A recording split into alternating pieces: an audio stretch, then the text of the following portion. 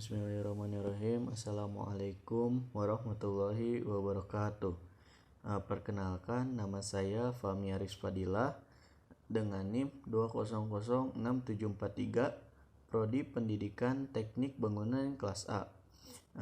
Di sini izinkan saya untuk menjawab pertanyaan UTS yang telah diberikan oleh Bapak Dr. Cepi Priyatna MPD.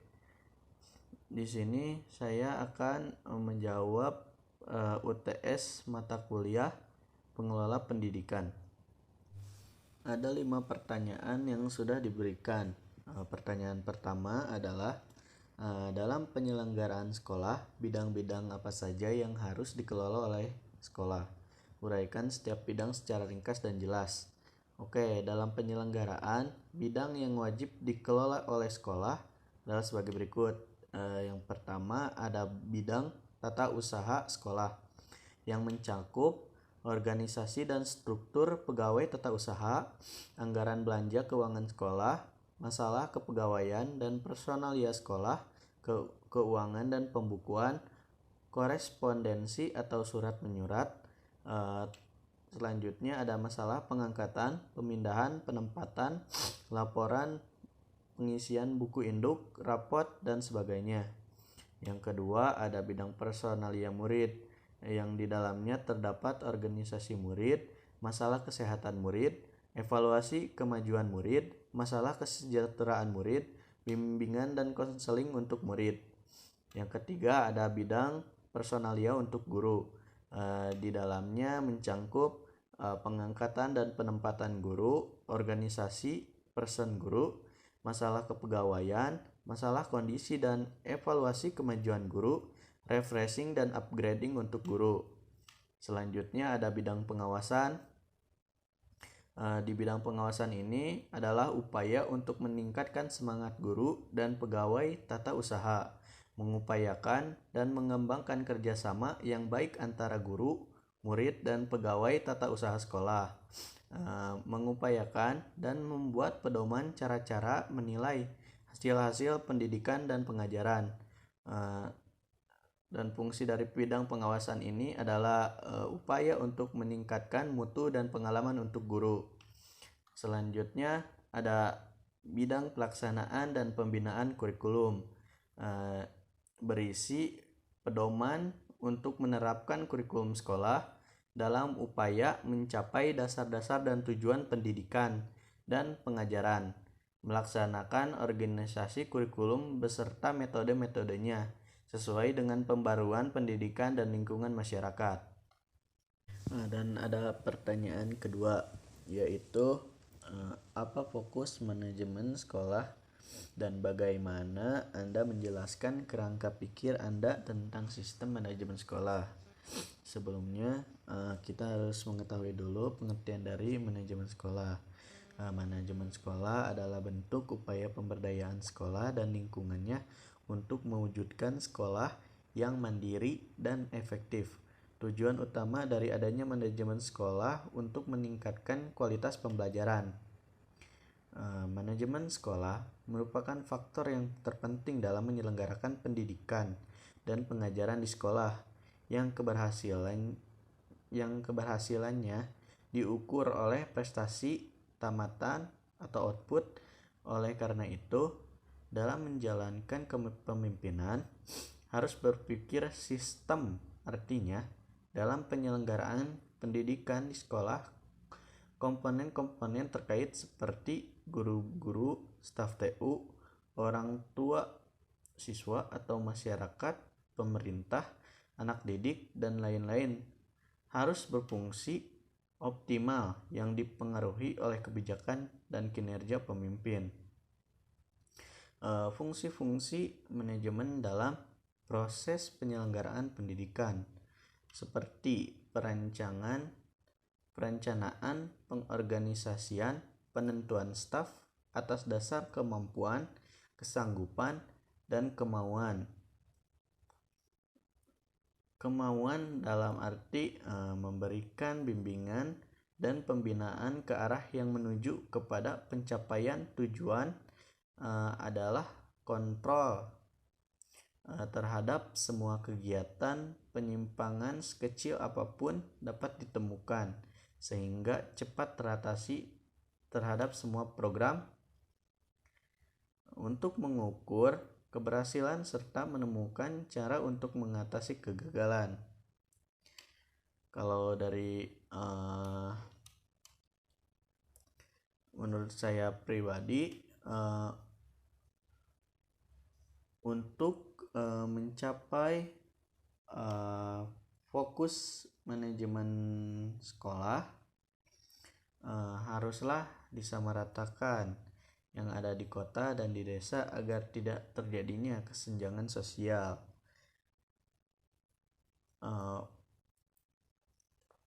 Fokus dari manajemen sekolah adalah terwujudnya suasana belajar dan proses pembelajaran yang aktif, kreatif, dan efektif sehingga akan dihasilkan proses pembelajaran yang menyenangkan dan bermakna bagi peserta didik dan juga pendidik. Tujuan lainnya adalah terciptanya peserta didik yang aktif dalam pengembangan potensi dirinya agar memiliki kekuatan spiritual keagamaan, pengendalian diri, kecerdasan, akhlak mulia, serta keterampilan yang diperlukan oleh dirinya. Dengan demikian, anak tersebut akan bermanfaat di masyarakat, bangsa, dan negara. Untuk pertanyaan selanjutnya, jelaskan secara ringkas faktor-faktor yang menyebabkan suatu sekolah dikategorikan berhasil dari sisi manajemen sekolah. Faktor yang menyebabkan berhasilnya manajemen sekolah adalah dengan kepemimpinan sekolah yang dapat mendorong sekolah tersebut untuk dapat mewujudkan visi misi tujuan sesuai yang telah disepakati bersama. Selanjutnya ada program-program yang dilaksanakan secara terencana dan bertahap. Kepala sekolah dituntut memiliki kemampuan manajemen yang tangguh agar mampu mengambil keputusan dan inisiatif untuk meningkatkan mutu sekolah. Secara umum, kepala sekolah yang tangguh memiliki kemampuan memobilitas sumber daya sekolah, terutama sumber daya manusia. Untuk mencapai tujuan sekolah, terdapat 4 prinsip dasar manajemen personalia, yaitu yang pertama dalam merujuk kepada kebijakan Direktorat Pendidikan Menengah Umum Depdiknas dalam buku Panduan Manajemen Sekolah. Yang kedua ada sumber daya manusia akan berperan secara optimal jika dikelola dengan baik sehingga mendukung tujuan institusional. Yang ketiga, kultur dan suasana organisasi di sekolah serta perilaku manajerial sekolah sangat berpengaruh terhadap pencapaian tujuan pengembangan sekolah. Dan yang terakhir, manajemen personalia di sekolah yang pada prinsipnya mengupayakan agar setiap warga dapat bekerja sama dan saling mendukung untuk mencapai tujuan sekolah. Selanjutnya ada pertanyaan keempat. Jelaskan pemahaman Anda mengenai kepemimpinan pendidikan dengan menjawab pertanyaan berikut. Apa kepemimpinan pendidikan itu? Kepemimpinan pendidikan adalah pimpinan pada suatu lembaga, suatu pendidikan. Tanpa kehadiran kepemimpinan pendidikan, proses pendidikan termasuk pembelajaran tidak akan berjalan dengan efektif. Kepemimpinan pendidikan adalah pemimpin yang proses keberadaannya dapat dipilih secara langsung, ditetapkan oleh yayasan atau ditetapkan oleh pemerintah. Pertanyaan kedua, siapakah yang dimaksud pemimpin pendidik di sekolah? Mengapa dia disebut sebagai pemimpin? Dalam organisasi pendidikan, yang menjadi pemimpin pendidikan adalah kepala sekolah. Sebagai pemimpin pendidikan, kepala sekolah memiliki sejumlah tugas dan tanggung jawab yang besar. Untuk bisa menjalankan fungsinya secara optimal, kepala sekolah perlu menerapkan gaya kepemimpinan yang kuat. Kepala sekolah adalah tokoh sentral dalam peningkatan mutu pendidikan di sekolahnya. Berhasil atau tidaknya sebuah lembaga pendidikan, khususnya pada satuan pendidikan, sangat dipengaruhi oleh kepala sekolah tersebut. Lalu pertanyaan ketiga, bagaimana cara seorang pemimpin sekolah mempengaruhi orang lain supaya mau dan mampu mencapai tujuan sekolah secara bersama-sama? Ada beberapa dari definisi dari kepemimpinan, antara lain getting things done, yaitu mencapai hasil melalui orang lain.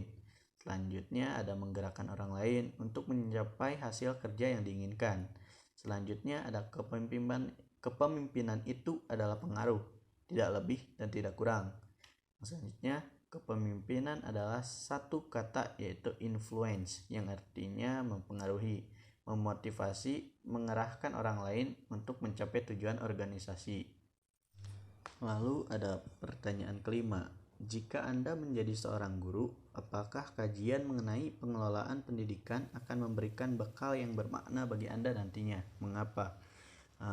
Kalau menurut saya, dengan adanya kajian mengenai pengelolaan pendidikan sangat berpengaruh besar untuk saya apabila menjadi seorang guru.